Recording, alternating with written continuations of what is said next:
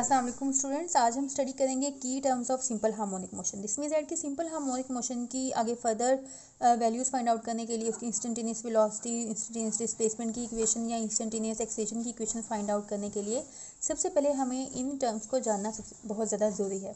First of all, जब भी हम अपनी डिस्कशन में बात करेंगे कि wave form of SHM, this means that कि वेव फॉर्म ऑफ SHM हम यूज़ करें तो इसका क्या मतलब है।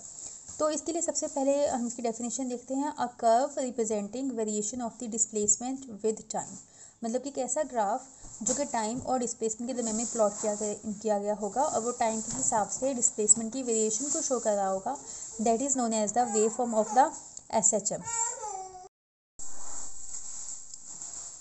For this, let's suppose an example that here we are having a sport and here is a spring attached with a mass and here is a pointer attached with a mass spring system also। और इनकी back पर एक paper page जो है वो एक uniform velocity के साथ मूव कर रहा है इन लेफ्टवर्ड डायरेक्शन। तो अब जैसे ही इस मैस को नीचे की तरफ पुल करेंगे अप टू दिस एक्सटेंट और इतना डिस्प्लेसमेंट कवर करने में जो आप इसे छोड़ देंगे, then under the effect of the restoring force ये मैस स्प्रिंग सिस्टम जो है वो अपवर्ड डाउनवर्ड सिचुएशन में जो है वो मूव करना शुरू करेगा और ये जो पॉइंटर है it will plot a graph on this moving paper. और ये जो ग्राफ होगा ये कुछ इस तरीके से आपको नजर आएगा, that is suppose that this is the mean line, then it will be like this, it will be like a sine wave.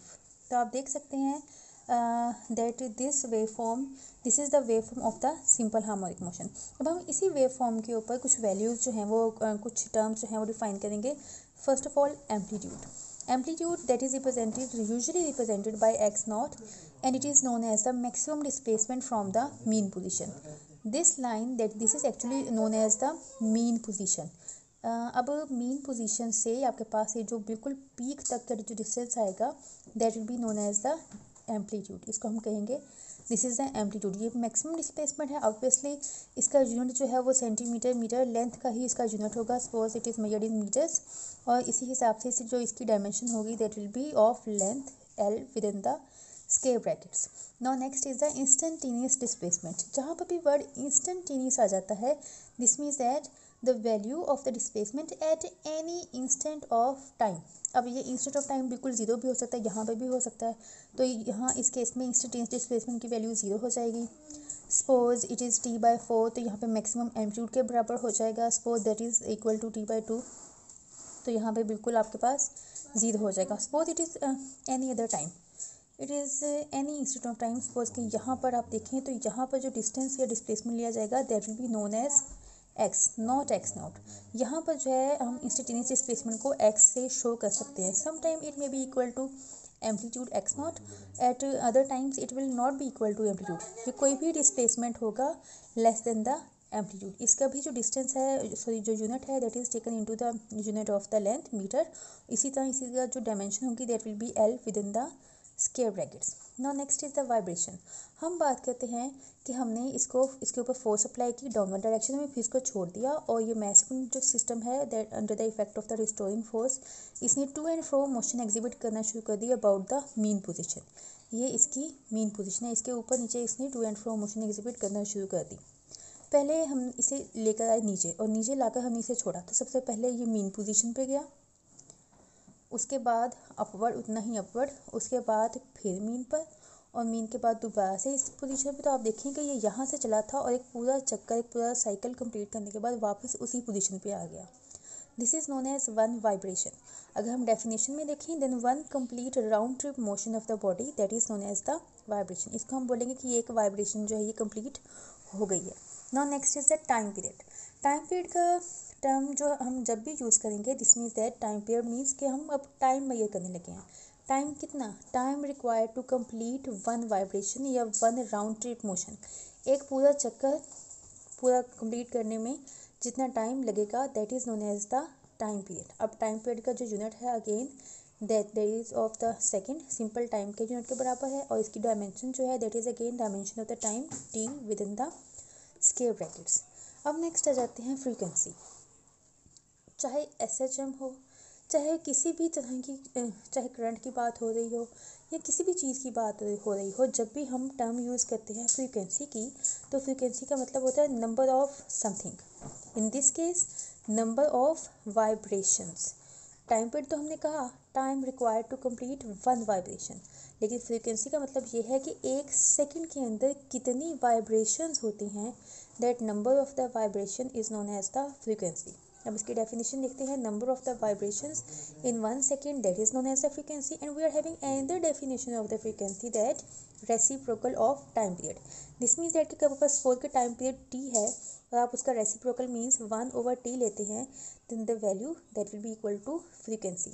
और फ्रीक्वेंसी का यूनिट है दैट इज़ ऑफ हर्ट्ज, या आप इसको पर सेकेंड भी कह सकते हैं, और इसी हिसाब से जिसकी डायमेंशन होगी that will be equal to per T. This is the reciprocal of the dimension of the time.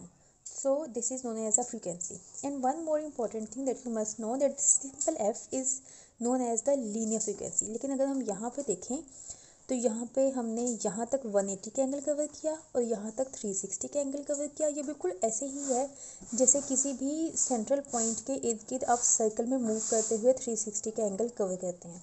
तो जब भी कोई भी बॉडी एंगल कवर करती है, this means that the motion is not a linear one, that is an angular motion.